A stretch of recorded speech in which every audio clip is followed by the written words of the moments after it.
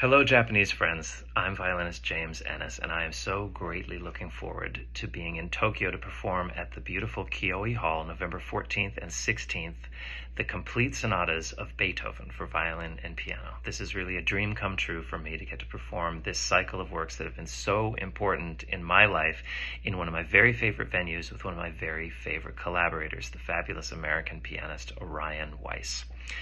On November 14th, we'll be presenting the first five sonatas, the three sonatas of Opus 12 and the two sonatas Opus 23 and Opus 24. Beethoven's Opus 12, being his first exploration of the violin and piano genre, starts off with a bang. Beethoven's early opuses, where he would explore a genre for the first time, one gets the sense that he wanted to make a bold statement showing the world that there had never been anyone around quite like him.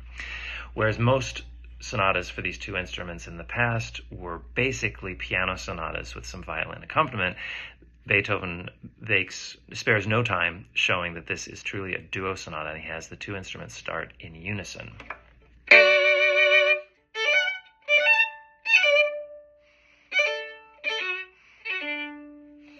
It's a sonata that is big and bold and virtuosic and full of incredibly beautiful melodies. It really has everything and is as complete and large-scale a sonata as had ever been written for these two instruments up to this point. It very clearly follows along and supersedes on the footsteps of Mozart's final sonatas from the end of his career.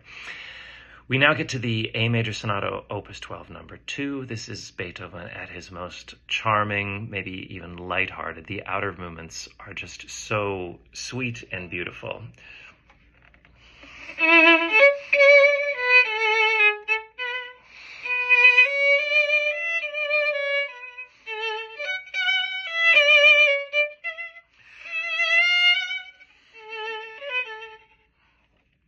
The inner movement does have some drama, some pathos, but this is basically Beethoven at his most bucolic, lighthearted, and charming.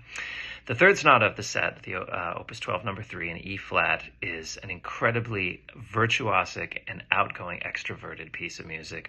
Really one of the most virtuosic piano pieces that he wrote in this early part of his career. The violin part certainly has its fair share of notes as well. The last movement has one of Beethoven's great tunes that I hope that you will all be singing to yourselves as we go into the intermission on November 14th.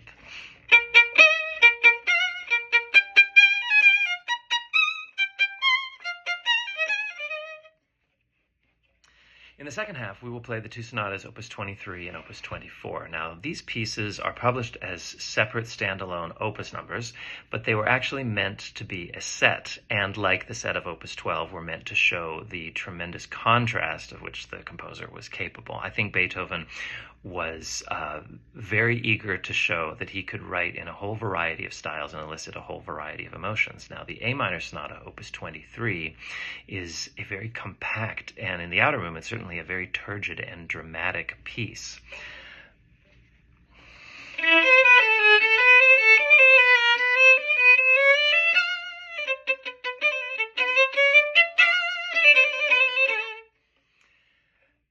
Fifth sonata, the Spring Sonata, the very famous Spring Sonata, Opus 24, as I mentioned, was supposed to be the companion piece for this, and it's an interesting story why they did not end up being published together. It was that the publisher made an error when printing the violin parts. He printed the part for one in landscape format and printed the part for the other in portrait format. So therefore, they couldn't fit in the same folder, and that is why they're in different opuses. But the Beethoven Spring Sonata is justifiably one of his most beloved pieces. It starts with one of his truly, truly great melodies that I'm sure many of you have heard.